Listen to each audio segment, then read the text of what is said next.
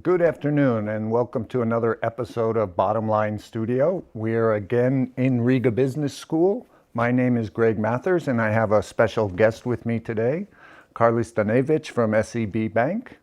Welcome, Kārlis. It's good to see you again. Thank you, Greg, for inviting. Thank you. So Kārlis is currently the Chief Risk Officer and a board member at SEB. That's correct. You also co-chair a lending committee with the Latvian Finance Association. You also are a board member of the Baltic Institute of Corporate Governance, and you chair the council at Latvia's SOS Children's Village. Yeah. Right? So you got a lot on your plate. The last thing I'm most proud of, sort of, if I can emphasize. And you've got a lot on your plate. And not only that, I imagine you're co-chair of the Danēvičs household. That as well, yeah. So how do you keep this all together? No, I think the recipe for me is if you really do something that you like, if you see a sense, a purpose for what you're doing, then quite often you gain energy from things. Sort of, even if physically you feel you are putting in long hours, then kind of mentally you don't get tired for those from those things.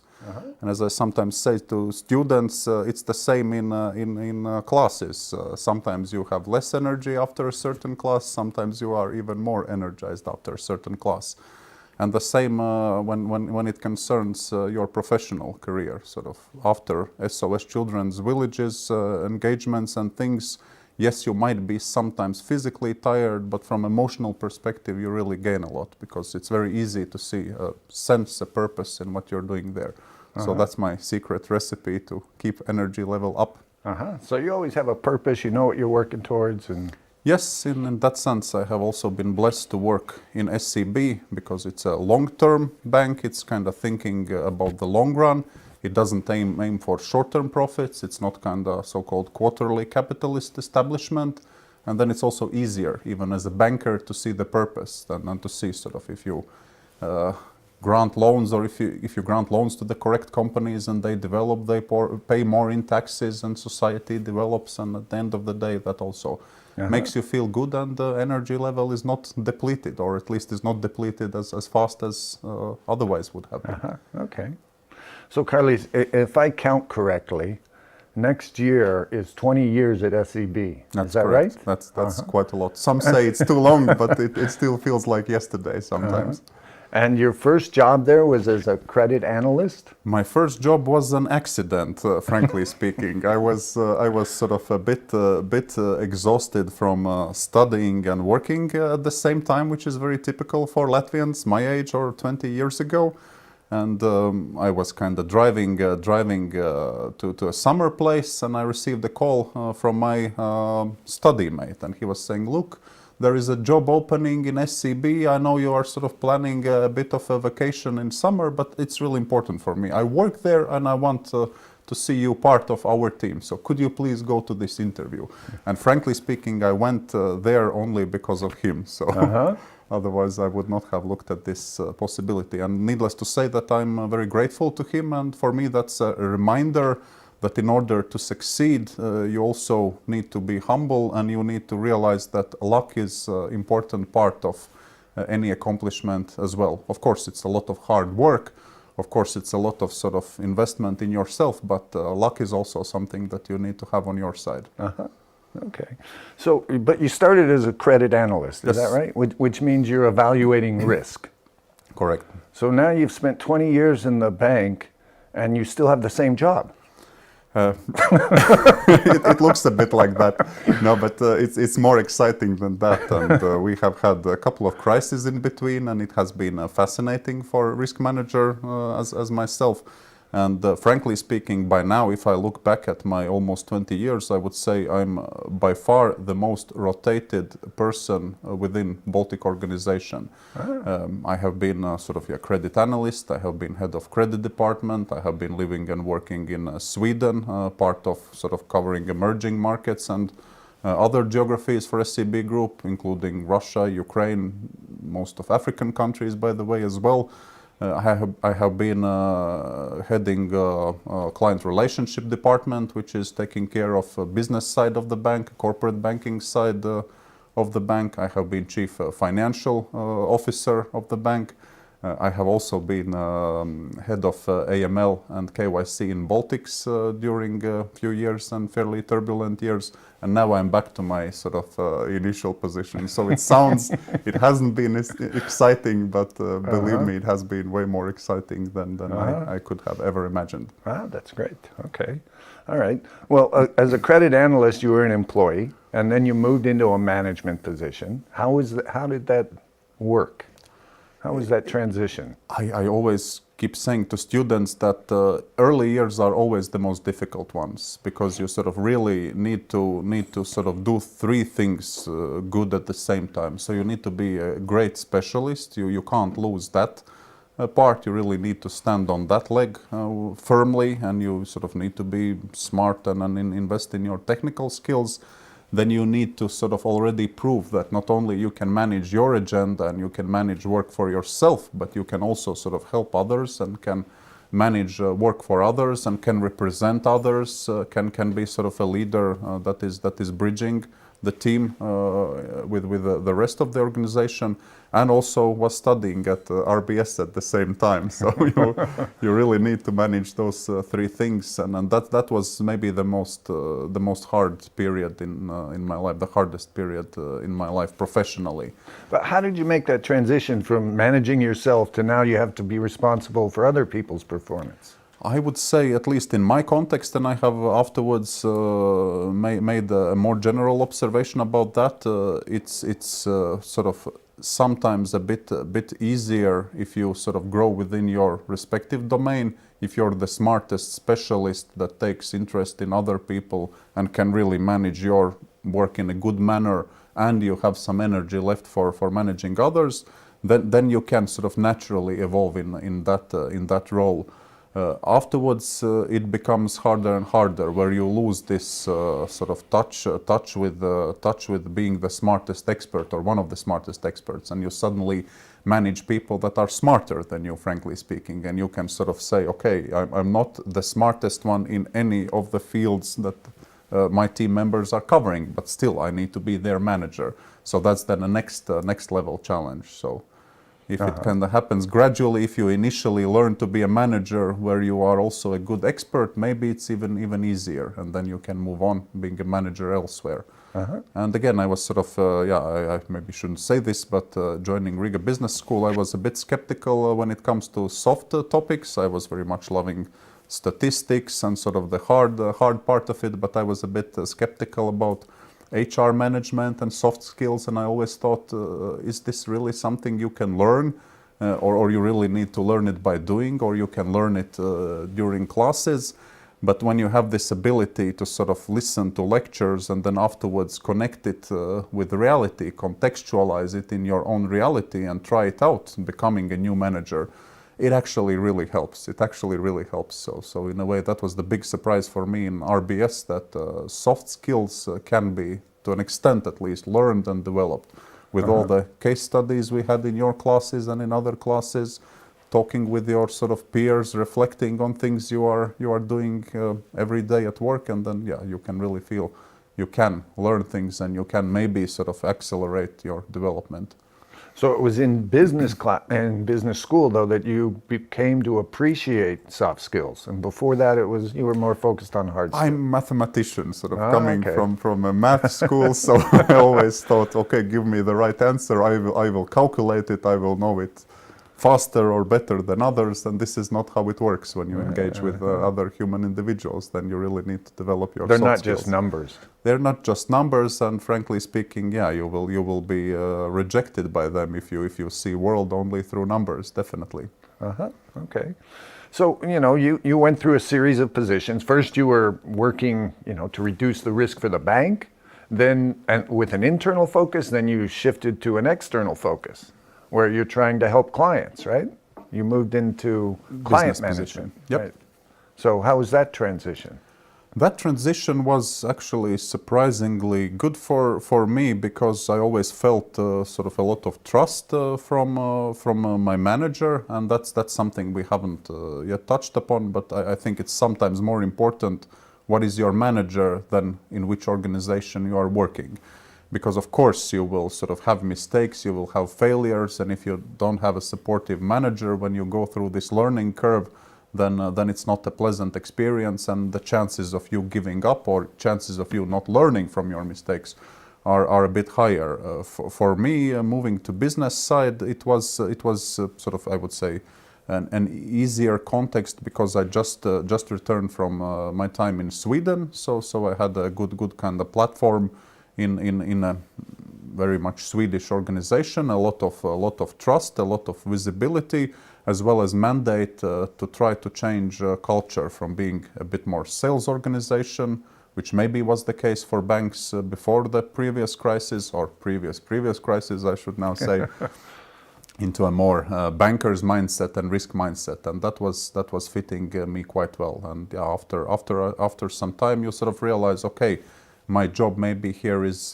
done, and some others are more natural business people, and me as a more mathematician, analytical, and introvert person, by the way, I was kind of happy to move back to supporting units after this change of culture. So yeah, because it's an interesting dynamic, because as a credit analyst and working on the credit side, your job is really to protect the bank and make sure that the bank is taken care of. When you move to the business side, now your job is to take care of the client and make sure that there's natural tension there between those two. That is spot on, but at least what I can say to myself currently is that having that experience has helped me out tremendously. To have more empathy for people that are business persons and salespeople, and to really understand that, well, frankly speaking, life is quite often more difficult for them. They really need to be the positive ones. They quite often get rejection from client, get rejection within the bank, and they really now need to have a lot of inner energy, strength to kind of stand up and continue going. So without this experience, I would not have realized how hard it is sort of emotionally to be a good salesperson. This is what Americans are usually good at, sort of smiling and selling and not being concerned of receiving rejection. Average person in Latvia is quite traumatized by every rejection. A couple of years of that and you were ready to go back to support position. Yeah. Okay. But eventually then you moved on to the board. And when you got onto the board, what was the biggest change for you, or the biggest surprise? It is initially a big shock, because that is sort of a specific place in a bank that you have always sort of thought, okay, maybe I will be there one day, but not as young as I was back at time. And yeah, you sort of suddenly discover it is a bit different. I really need to take more holistic responsibility. People are more looking at me and how I'm interacting with others, and I cannot hide behind saying, okay, this is my responsibility and this is where it stops. You really need to sort of have a broader responsibility, and yeah, convince yourself that, okay, now it's way more serious, because you are sort of in one way responsible for all of it as a member of a team, but still. So on this path from credit analyst up to board member, and I guess first you were chief financial officer. That was this first position in the board, yeah. Right. CFO. So looking back, what were some of the biggest mistakes you made? The biggest mistake, and I have learned to share it. The biggest mistake was a bad credit that I approved, and that's a story I really cherish, and that's maybe a reason why I'm still in SEB, strangely so. But long story short, that was a big mistake I made, and of course it's kind of group of people that make mistakes. But still, if you're chairing a credit committee, you do feel a lot of personal responsibility if things go south, if things really sort of unravel. And I was so shocked by this mistake, and there was sort of a financial crisis and a lot of sort of stress and tension. I tried to resign. I had a lot of sympathy for the boss of my boss, a very old Swedish guy. He's now retired, but I had a lot of personal sympathy for him, and I felt he was a bit of a mentor in a silent agreement also to me. And having so much respect to him, I said to him, I have made a terrible mistake. I want to resign. I really can't look you in the eyes. I can't see how I'm able to continue. he told me a beautiful story, which I now feel I sort of need to share also with others. He sort of looked at me and he said, "No, I will not accept your resignation." And he told the story, allegedly, of a guy, a vice president in IBM, that had lost a lot of money for IBM, and sort of his boss calls him in the office, and he's about to get fired, but the boss sort of says, "Okay, you will be promoted to a bigger division." And the guy who made a big mistake, he says, "Haven't you heard the news that I just made the biggest mistake we have ever made in IBM, and you're now promoting me? Maybe there's some mistake." And allegedly the boss of IBM said, "No, no, no, we have just invested so much money in your education that we cannot allow you to go away. We really need to keep you. We feel you have the right attitude. You really sort of have learned from that mistake.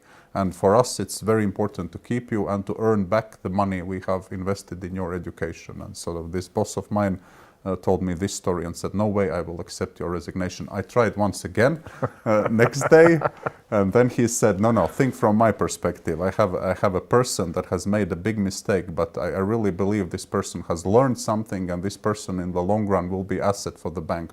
Or I can easily sort of accept your resignation, and in comes a new guy, and you think he will or she will be always perfect and never make any mistakes. So which you would choose in my place? If you really think for next 20 years, would you pick a person that has made a mistake, regrets, and has learned?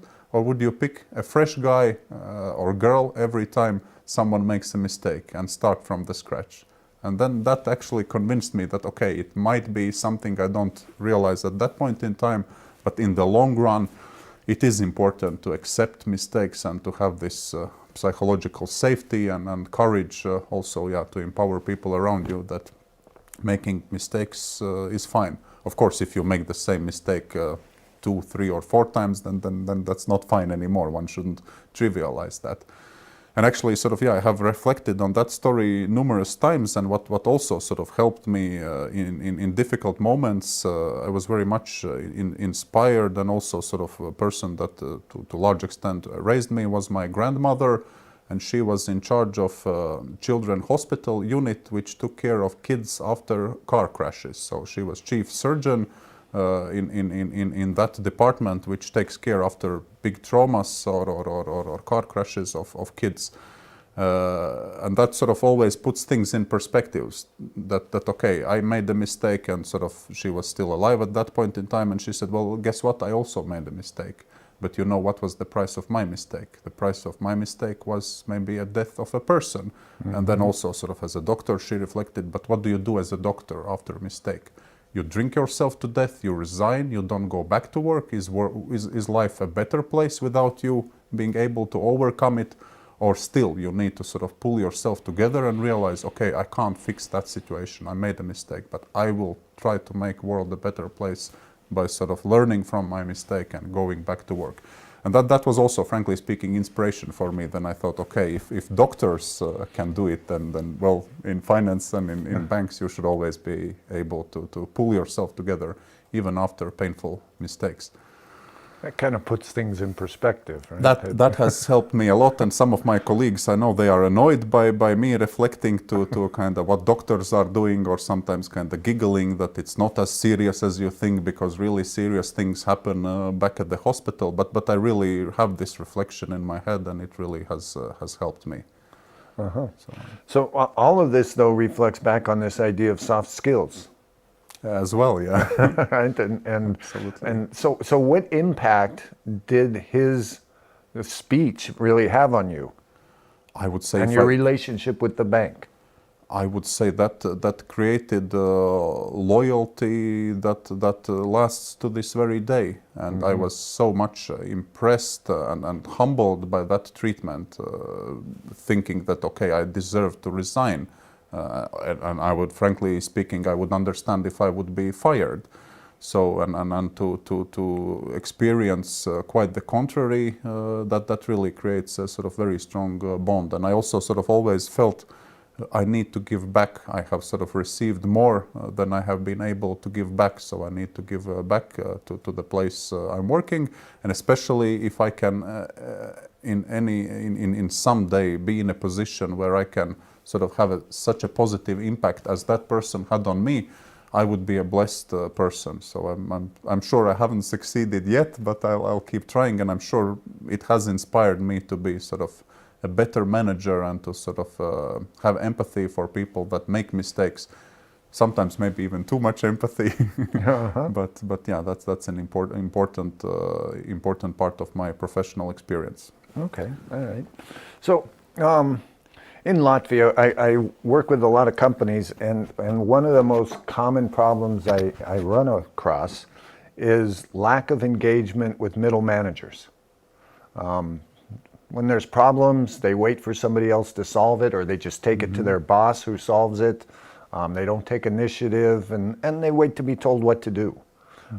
How does this play out in SEB? Former CEO of SEB, the big CEO in a group, Annika Falkengren, she sometimes referred it to the problem of permafrost. She said, okay, we sort of understand that the sun shines here and everything should be fine, and we understand that somewhere there are people that want to affect things, but then there is permafrost layer of middle management, as you said, and being at that point in time part of this permafrost, I always challenged myself, and I always thought that you need to dare, and you need to sort of really try to make things better. And yeah, I have had some colleagues around that have been also equally brave. And you sort of, one colleague, for example, from marketing, I remember she was saying that if you want to be a good brand, you need to have 2 fans and 1 person that hates you.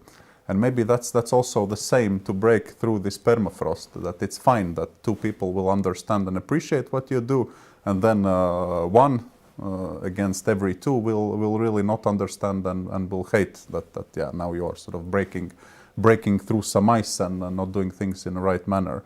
So that's actually quite liberating feeling when you understand that it's fine that you will not be loved and liked by everyone, because for quite some time you really want to please everyone, and you really want to work with everyone and connect with everyone, and then you have this liberating feeling that, well, even in marketing they say it's fine to have this ratio 2 against 1. So what do you do with that one person that doesn't agree with you, is against what you're doing? No, there's no universal recipe, but when it gets sometimes really hard and you feel a lot of resistance, then I actually listen to the speech of Theodore Roosevelt. It's one of his most famous speeches. It's called Man in the Arena. And he speaks about persons that are in the arena in sports that really try to accomplish something. And he says there's no accomplishment short of error. There's no accomplishment without errors, without having your face marred in dust, and you have a bloody nose, and you're really bruised and struggling, and you're quite often losing. If you're sort of playing ice hockey or soccer or whatever, every professional sportsman would say you quite often end up losing. But at least, Theodore Roosevelt says, at least you are not like those timid souls that know neither victory nor defeat, the ones that are sitting and watching how others are trying to play the game. And then also in professional context, you try to encourage yourself and you try to think, okay, I was in the arena, I lost this fight, or maybe that was not a wise fight, but at least I tried to change things. I was not sitting back, drinking beer and criticizing others that try to do something. And yes, maybe many around me looked at me as a bit weird guy that is sort of trying to be in the arena and accomplish something, but at least I sort of tell to myself that that's the right attitude. Even if you have lost that particular game, that's still the right attitude. Not to be like those timid souls that know neither victory nor defeat. It's a very powerful speech. Yeah. So that's the perspective from being one of the middle managers, but from the top now, what do you do about that permafrost? How do you engage these people? And are they engaged enough, do you think, at SEB? I quite often think that I have been thoroughly blessed by people in my team. So at least in sort of my respective responsibility, I haven't felt that it's a big resistance or people are against the need for change. And again, I need to be frank, I think it is a lot of good luck as well. Coming back from Sweden and leading business unit, shortly after crisis, where there is a lot of willingness to change the culture and to sort of approach things in a positive way. Being a chief financial officer, when we are changing IT systems, and there's a lot of support, a lot of willingness to change. I have been lucky and blessed being responsible for AML and KYC, just when kind of the regulators have all this pressure and there's a lot of willingness to invest and to change again. So then you don't have this resistance. So I keep saying to myself, I still haven't learned it the hard way, and I'm not sure if I would learn it the hard way, because it has been a good coincidence for me to come in where you really feel the change is ripe and there's not a big resistance for whatever you need to change.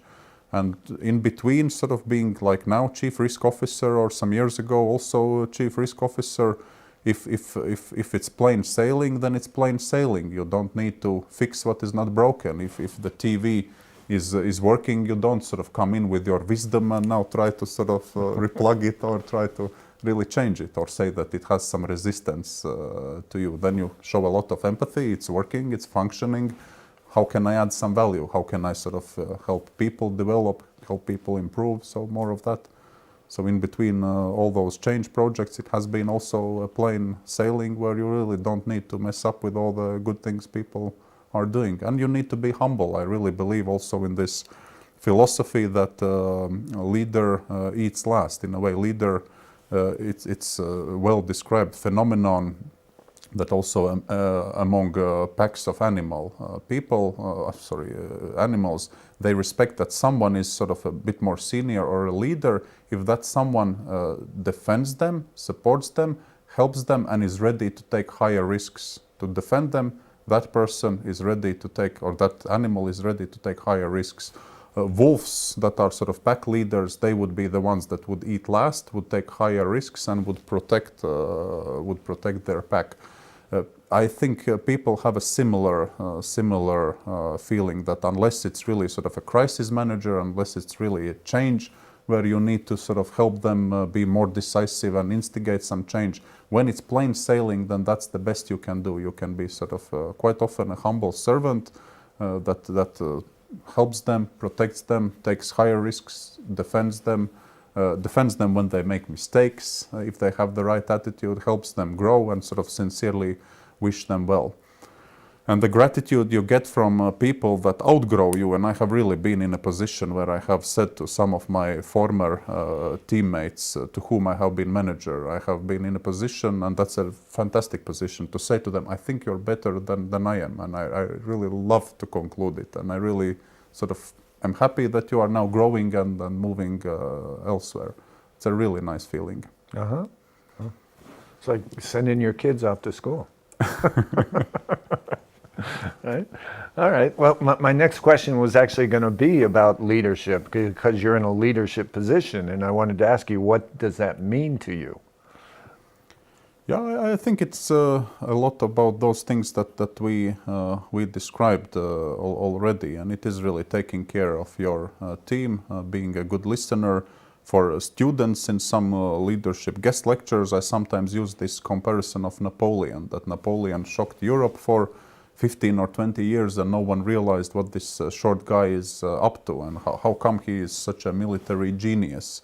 And afterwards they slowly sort of learned that Napoleon is always on a horse. He's always sort of riding to his guys on the left side and asking, do you want to attack in the morning, in the evening, from the left side or the right side? Then he's going to sort of artillery guys and asking to them, okay, do you want to do it from a hill or you feel it's sort of a bit muddy there, we need to do it elsewhere.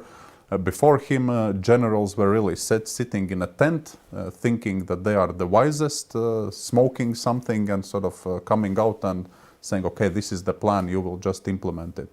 But a good leader, again, I have nothing sort of for Napoleon or against Napoleon, but a good leader is a bit like Napoleon in that sense, that connects with reality, learns from his team, supports his team, cares about his soldiers or his team, and really is then putting up or helping to put up the bigger plan if he can. So you're saying Napoleon was an early proponent of participative management?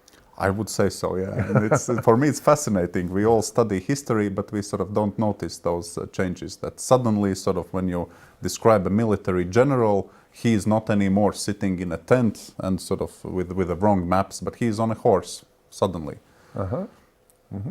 So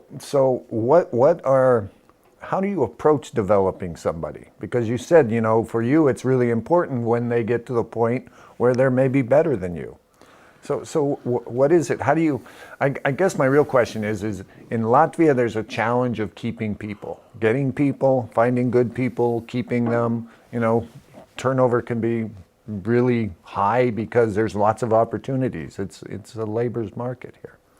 Yeah, no, I think again I have been blessed because if you have the right people, then they are happy if they are treated well. They are not sort of aiming at all the times for the highest salary or biggest thrill or this or that for people and for everyone. For me as well, it's important that my boss sincerely wishes me well, takes care of my development, is ready to send me to some training, is ready to sort of support me in some situations.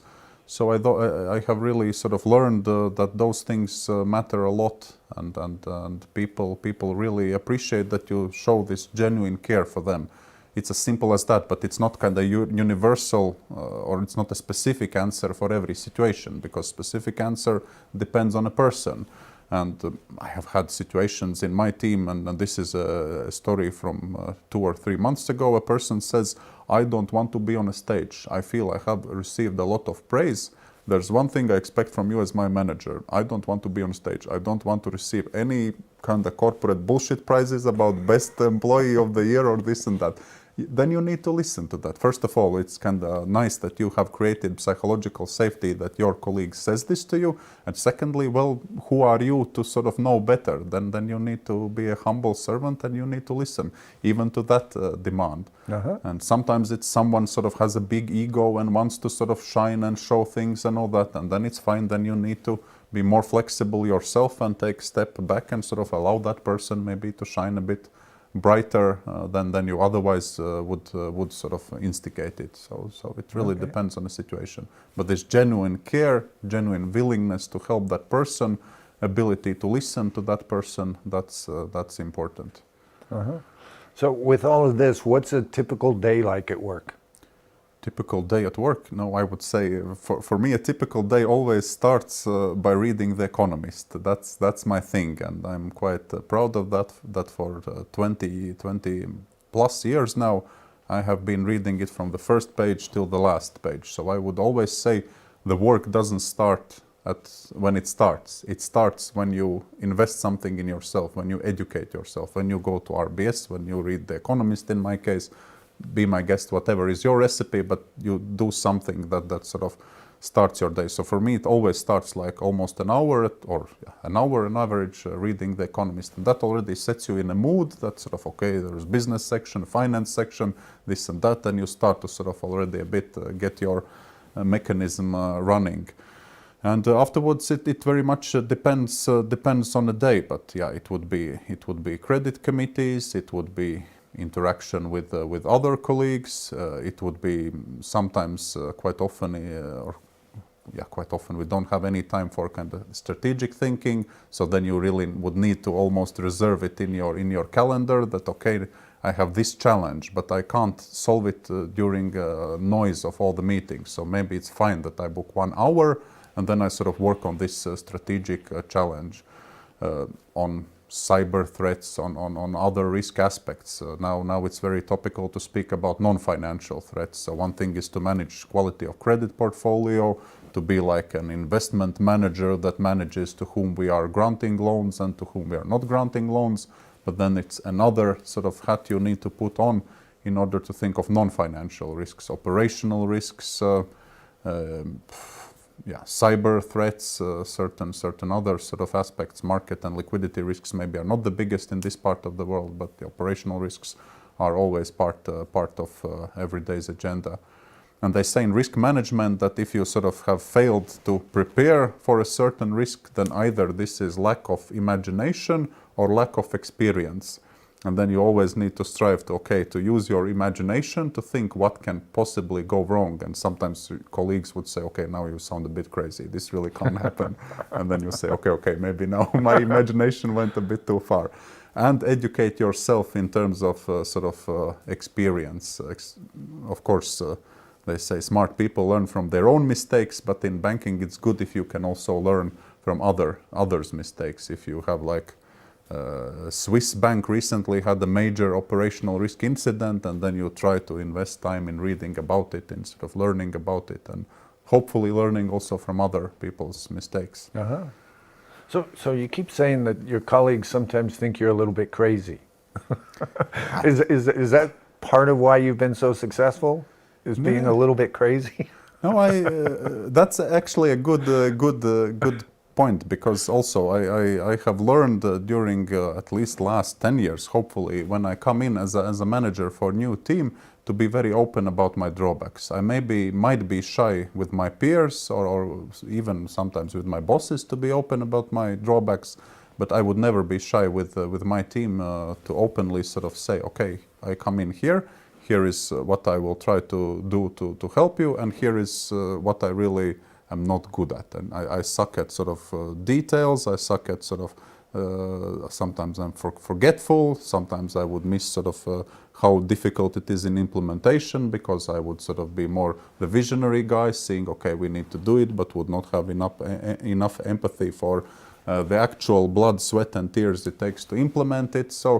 And what I have discovered is the more open you are about your drawbacks, the less people would giggle about your drawbacks, and that's a nice feeling that you're not laughed at, or you're laughed at when you are in the room, in at the least, room, yes. hopefully.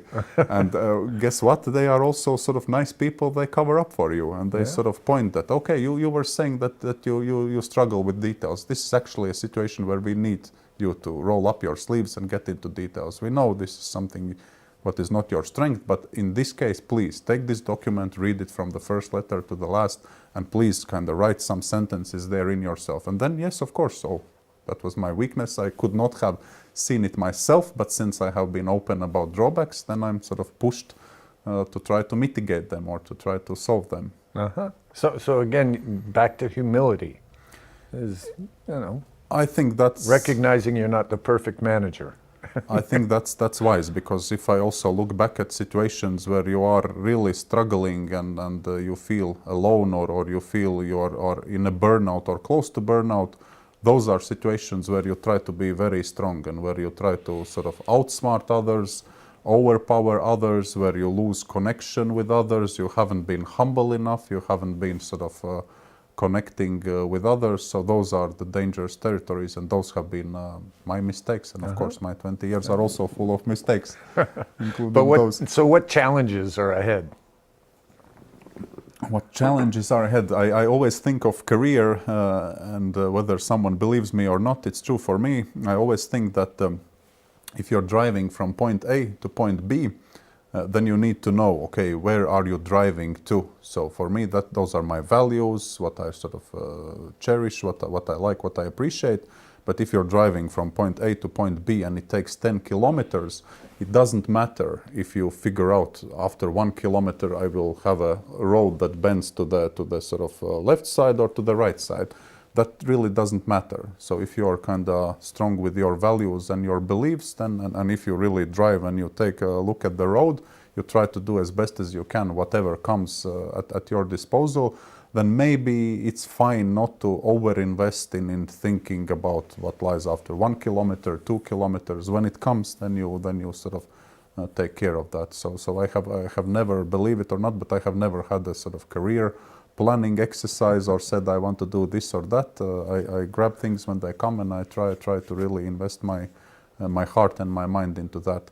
And another sort of wonderful coincidence was also SOS Children's Villages.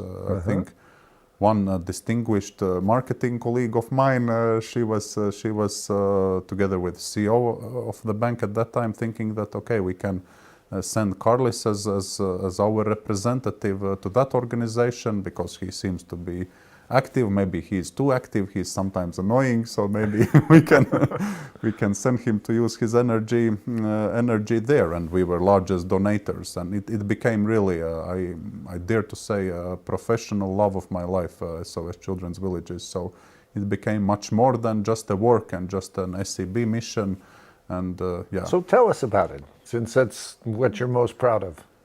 No, it really started by me not saying no to some colleagues that said, okay, we are biggest donator. But tell us about the village. What's the purpose of it? And now it's sort of in Latvia we are running two villages, and essentially sort of it's easier if I say how the idea originated. Our idea originated in Austria, and then it spread to Germany after Second World War.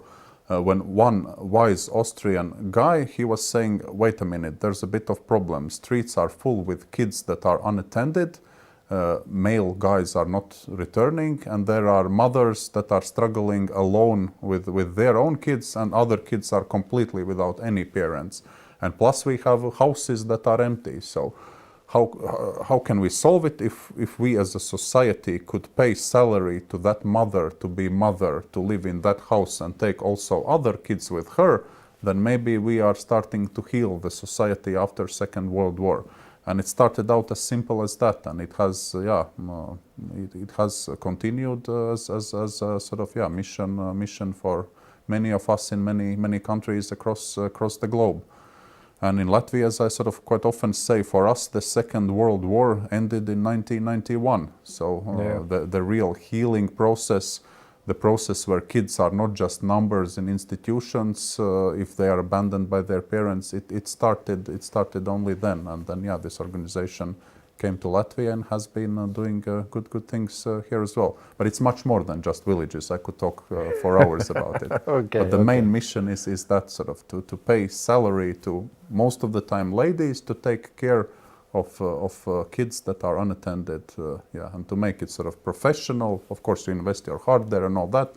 But if you do charity with professional business standards, then it's even more powerful. That's what we have learned. Great. Wow. So last thing is, somebody who's thinking about maybe coming to RBS for a bachelor's degree or for an MBA, what would you tell them? Now, for bachelors, I would say that's a no-brainer. Of course, that's something you need if you are curious about IT, technology, finance, economics, business, so all of those fields, plus many more. If you're curious about that's a no-brainer.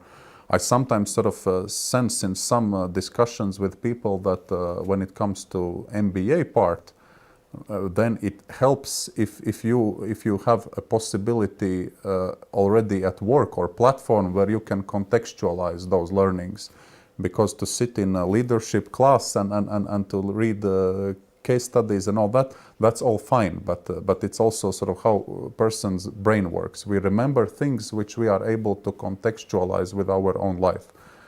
So if you're able to have MBA plus you really see that you have some managerial challenges and assignments at work, it helps. If you're only sort of bogged down as an expert, maybe it would be too theoretical, and maybe you wouldn't be able to kind of fully grasp that. So building on that then, would you suggest to somebody who's straight out of a bachelor's program that they should go get a job for a while, try to be a manager for a while, and then get an MBA? I don't want to disappoint you, but in a way, yes. And this being Latvia, of course, people quite often work in parallel, or they have some managerial or even maybe leadership sort of tasks in between. And again, it's not that you need to be having a title of manager to be a manager, and there's no such title as leader.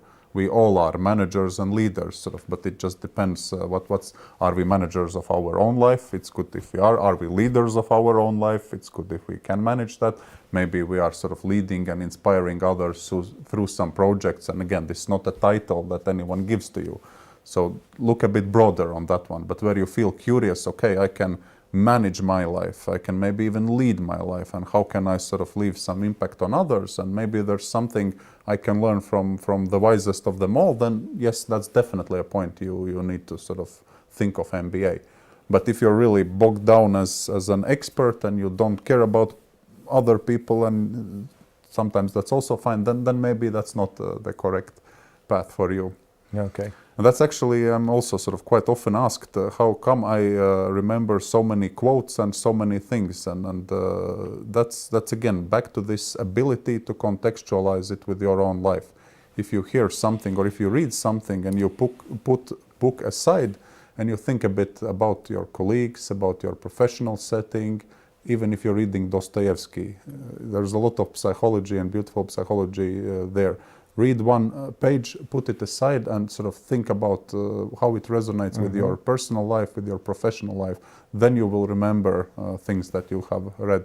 And the same about sort of MBA or what you learn. If you're able to sort of put it a bit aside, digest it, contextualize it, then you will remember it. Then it will be more powerful. If it's like running, okay, I've done this, then you will very fast forget what you have learned. Yeah. Then you don't get maximum benefit. But I guess you're also quite good in sort of forcing people to contextualize with group works, case studies and all that. So in a way they are forced to contextualize I mean, it. one of the important things you've talked about is slowing down. Right? We're so fast all the time with work and all the stress, and you have to be able to take time to slow down. That's also a big wisdom, and sometimes people think I'm sort of a bit or even daydreaming, or sort of a bit aside from everyday struggles or practicalities in one field or the other. And I can say that's a deliberate choice, because there's so much noise that, as they lately also teach in strategy classes, that strategy is sometimes more what you are not doing than what you are doing, because we all have like to-do lists, 20, 30 items, and we all think of strategies in business, in personal life and all that. But more powerful strategic statement is what you're not doing. And then again, just to give it an example with my life and to contextualize it with my life, strategic decision is not to read Financial Times, not to read daily stuff, but to read The Economist. Because the frequency is once per week, it's a bit more reflective. You're not there in the everyday noise. You have made a strategic choice not to be there in tactical everyday noise, because stock markets in Monday go up, in Tuesday they fall, and Wednesday they again go up and all that. But then you make a strategic choice that, okay, this is not for me. This is maybe for traders in London or New York, but not for me. And then I keep away from those things.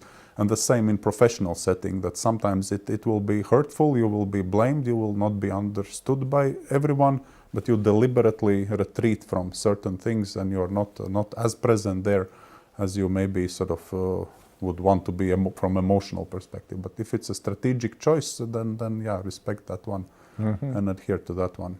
Ah, great. Well, now we have a tactical decision to make. We're out of time.